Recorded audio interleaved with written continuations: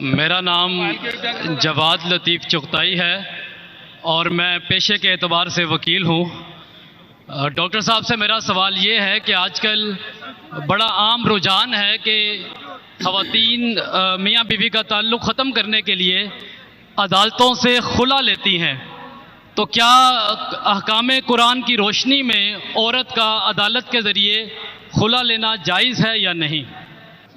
جہاں تک کہ شوہر اور بیوی کے طلاق کے لیے یہ سوال تھا کہ عدالت سے طلاق لینا خلا لینا صحیح ہے اگر وہ عدالت شریعت کی بنیاد پہ ہے۔